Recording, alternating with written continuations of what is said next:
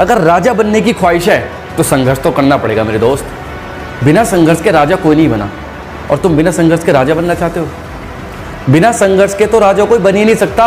भगवान राम को भी संघर्ष करना पड़ा था, भगवान कृष्ण को भी संघर्ष करना पड़ा था, मोहम्मद साहब को भी संघर्ष करना पड़ा था, जीसस को भी संघर्ष करना पड़ा था, और तुम बिना संघर्ष के राजा बनना चाहते हो?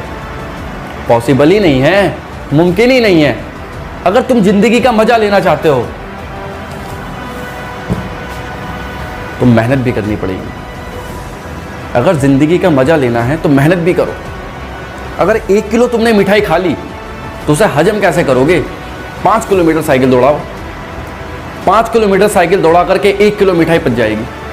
तो अगर तुम जिंदगी का मजा लेना चाहते हो कि भाई मुझे मीठा पसंद है, तो मेहनत भी करो और उस मेहनत से अपने मुकाम को हासिल करो। और राजा कैसे बना जाता है?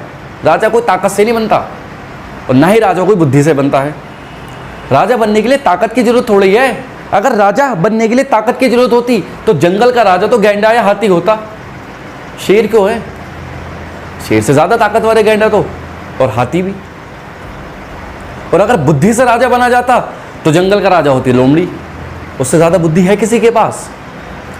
मुझे तो नहीं लगता किसी के पास उससे ज्यादा बुद्धि है ही नहीं। लेकिन फिर भी जंगल का राजा शेर क्यों है? क्योंकि शेर के पास एक चीज है जो किसी के पास नहीं है, और वो है साहस, कॉन्फिडेंस। जंगल में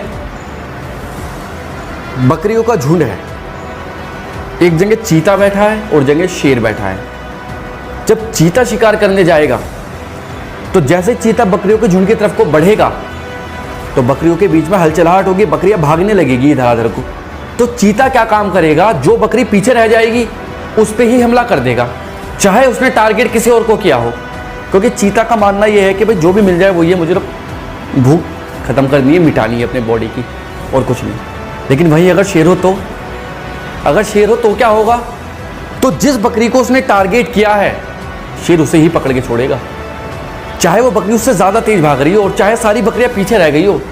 शेर नहीं दिखेगा किसी को भी, शेर उसी बकरी पर हमला करेगा, और अगर वो बकरी उसे चैलेंज करेगी तो हमें चैलेंज कर रहा है, वहीं जाकर के मारेगा, और जब तक भागता रहेगा जब तक कि पकड़ ना ले।